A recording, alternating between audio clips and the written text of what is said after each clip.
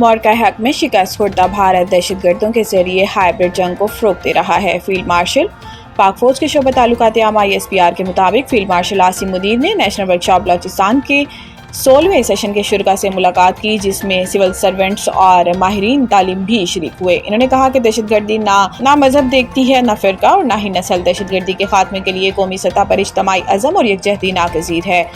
Field marshal نے بھارت کی جانب سے دہشت گرد عناصر کی سرپرستی کو بلوچستان کی عوام کی حب الوطنی کو نشانہ بنانے کی ناکام کوشش قرار دیا اور کہا کہ ملک کو درپیش داخلی یا خارجی خطرات کی صورت میں قومی وقار اور عوام کی سلامتی کے تحفظ کے لیے ہر ممکن اقدام کیا جائے گا۔ فیلڈ مارشل عاصم مدیر نے بھارت کی جانب سے دہشت گرد عناصر کی سرپرستی کی مذمت کرتے ہوئے کہا کہ بھارت مورکہ حق میں شکست سے دوچار ہو چکا۔ بھارت دہشت گرد گروہوں کے ذریعے ہائبرڈ جنگ کو فروغ دے رہا ہے۔ یہ گروہ بھی مورکہ حق میں بھارت کو ذلت آمیز شکست جیسا ہی انجام پائیں گے۔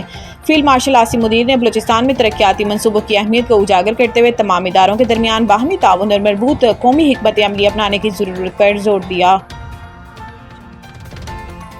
اولاد بھی دوسروں کی اور مال بھی، خواجہ آصف نے قاسم اور سلیمان کی آمد روکنے کو ڈرامہ قرار دے دیا۔ گزشتہ روز اڈیالہ جیل میں صحافیوں سے گفتگو میں عمران خان نے کہا تھا کہ قاسم اور سلیمان پاکستان نہیں آئیں گے، میرے بچے کسی احتجاجی تحریک میں شریک ہوں گے اور نہ ہی کسی احتجاجی تحریک کی قیادت کریں گے۔ عمران خان کے فیصلے پر خواجہ آصف نے رد عمل دیتے ہوئے کہا کہ بانی PTI کا کوئی عمل سیاسی یا مالی منافع کے بغیر نہیں ہوتا، بہت سے ڈراموں میں سے یہ بھی ایک ڈرامہ تھا، مقصد والد اور اولاد کی ملاقات نہیں، سیاسی منافع تھا۔ انہوں نے مزید کہا کہ تحریک انصاف کے کارکن اور ان کے بچے اقتدار کی ہوس اور خواہشات کی تکمیل کے لیے استعمال ہوں گے۔ قربانیوں کے لیے اولاد بھی دوسروں کی اور مال بھی دوسروں کا، تاریخ بھی اس سے بڑی نوسربازی شاید ہی کسی نے کی ہو۔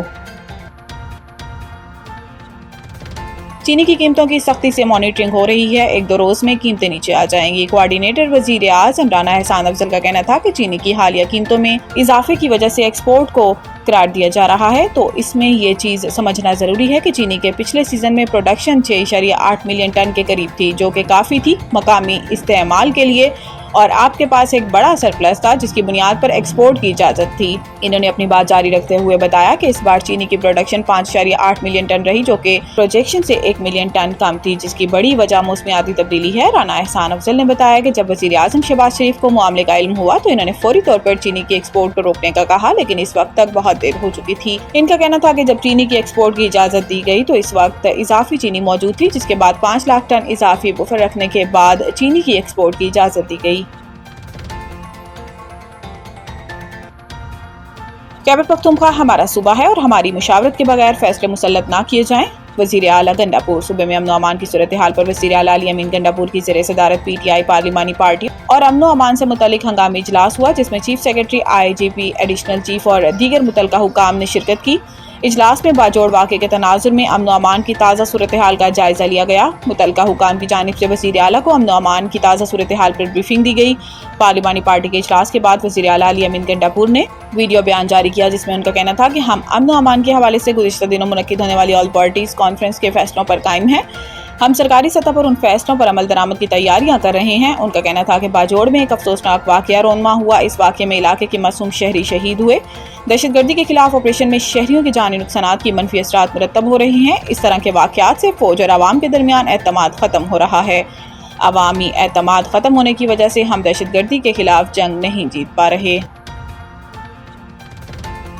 پنجاب میں مزید شدید بارشوں کا الرٹ جاری، 3 شہروں میں اربن فلڈنگ کا خدشہ۔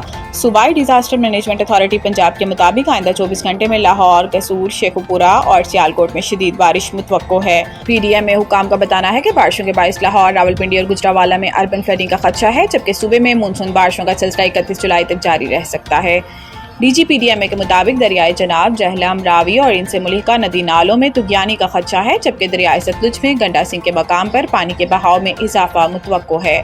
DG PDMA کے مطابق ناروال، ناراوئی میں نچلے درجے کا سیلاب ہے۔ گلگت 2 جرمن خاتون کوہ پیما لینڈ سلائیڈنگ کی زد میں آ گئی۔ گلگت کے علاقے ہوشی ویلی میں لینڈ سلائیڈنگ کی زد میں آنے والی خاتون کوہ پیما کی تلاش جاری۔ ترجمان گلگت بلتستان حکومت فیض اللہ فراق کے مطابق ایک کوہ پیما کروس مرین ایوا کو گزشتہ روز ریسکیو کر لیا گیا تھا اور دوسری جرمن خاتون لورا ڈیلمائر زخمی حالت میں لاپتہ ہیں۔ ترجمان کا کہنا ہے کہ ہیلی کاپٹر اور ماہر ٹیم کے ذریعے جرمن خاتون کوہ پیما کی تلاش جاری ہے۔ جبکہ ریسکیو ٹیم زمینی راستوں سے بھی ریسکیو آپریشن کرے گی۔ جرمن خواتین 28 جولائی کو لیلی پیک سر کرنے کے دوران لینڈ سلائیڈنگ کی زد میں آ گئی تھیں۔